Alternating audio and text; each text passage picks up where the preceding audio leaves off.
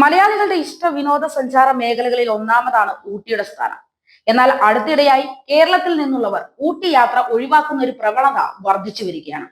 ഊട്ടിയിലെ മലയാളി വ്യാപാരികൾ തന്നെയാണ് കേരളത്തിൽ നിന്നുള്ളവരുടെ എണ്ണം വൻതോതിൽ കുറഞ്ഞുവെന്ന കാര്യം സാക്ഷ്യപ്പെടുത്തുന്നത്. ഇതിന്റെ കാരണമായതാകട്ടെ തിരക്ക് നിയന്ത്രിക്കാൻ എന്ന പേരിൽ കോടതി നിർദ്ദേശത്തെ തുടർന്ന് തമിഴ്നാട് സർക്കാർ കൈക്കൊണ്ട തീരുമാനമാണ്.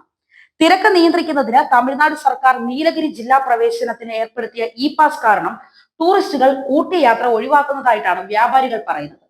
മദ്രാസ് ഹൈക്കോടതിയുടെ ഉത്തരവ് പ്രകാരമാണ് ഊട്ടിയിലേക്കുള്ള സഞ്ചാരികൾക്ക് തമിഴ്നാട് സർക്കാർ ഇ പാസ് നിർബന്ധമാക്കിയത്.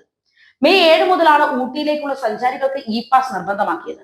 ആദ്യം ജൂൺ 30 വരെയും പിന്നീട് സെപ്റ്റംബർ 30 വരെയും ഇ പാസ് നീട്ടി.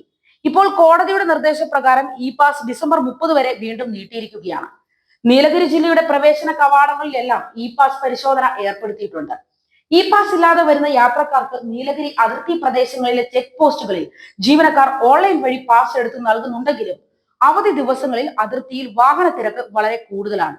വഴിയിൽ ഗതാഗത തടസ്സം നേരിടേണ്ടി വരുന്നതിനാൽ ഊട്ടിയിലേക്കുള്ള പല ടൂറിസ്റ്റുകളും മൈസൂർ, മുതുമല, ബന്ദിപ്പൂർ എന്നിവിടങ്ങളിലെ വിനോദസഞ്ചാര മേഖലകളിലേക്ക് റൂട്ട് മാറ്റുകയാണ്.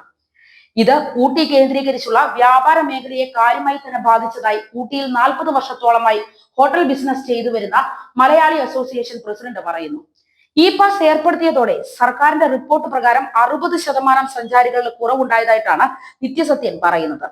ടൂറിസം മേഖല മാത്രമല്ല, അനുബന്ധ മേഖലകളും വലിയ പ്രതിസന്ധിയിലായിരിക്കുകയാണ്.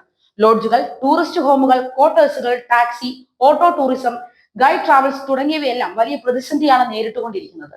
ദക്ഷിണേന്ത്യയിലെ പ്രധാനപ്പെട്ട ടൂറിസം കേന്ദ്രമായ ഊട്ടിയിൽ വർഷത്തിൽ 35 ലക്ഷത്തോളം സഞ്ചാരികളാണ് എത്തിയിരുന്നത്. ഇ പാസ് നിർബന്ധമാക്കിയതോടെ ഇത് 15 ലക്ഷത്തോളമായി ചുരുങ്ങുകയാണ് ഉണ്ടായത്. പ്രതിസന്ധി രൂക്ഷമായതോടെ വ്യാപാരി സംഘടനകളും മറ്റ് മേഖലകളിലുള്ളവരും സംയുക്തമായി മുഖ്യമന്ത്രിയെ കണ്ട് ഇ പാസ് സംവിധാനം ഒഴിവാക്കി കിട്ടാനുള്ള ശ്രമത്തിലാണിപ്പോൾ. വിഷയത്തിൽ കോടതി ഇടപെട്ടതുകൊണ്ട് സർക്കാരിന് എത്ര കണ്ട് ഇടപെടൽ നടത്താനാകുമെന്ന കാര്യത്തിൽ നിശ്ചയമില്ല. വാഹനങ്ങളുടെ ആധിക്യം ഉണ്ടായെങ്കിൽ അതിനുള്ള സൗകര്യം ഏർപ്പെടുത്തുകയാണ് വേണ്ടത് എന്നാണ് വ്യാപാരികളുടെ പക്ഷം.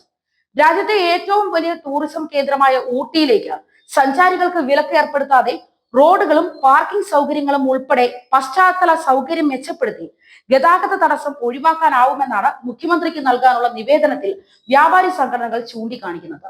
ഊട്ടിയിൽ ഏറ്റവും കൂടുതൽ ടൂറിസം മേഖലയെ ആശ്രയിച്ച് കഴിയുന്നത് മലയാളികൾ തന്നെയാണ്. റിസോർട്ടുകൾ ലീസിനെടുത്തും അതുപോലെ തന്നെ ഹോട്ടലുകൾ ഏറ്റവും കൂടുതൽ കൈകാര്യം ചെയ്യുന്നതും മലയാളികൾ തന്നെ. ഇ പാസ് നിർബന്ധമാക്കിയതോടെ ഏറ്റവും കൂടുതൽ ദുരിതം അനുഭവിക്കുന്നതും മലയാളികൾ തന്നെയാണ്.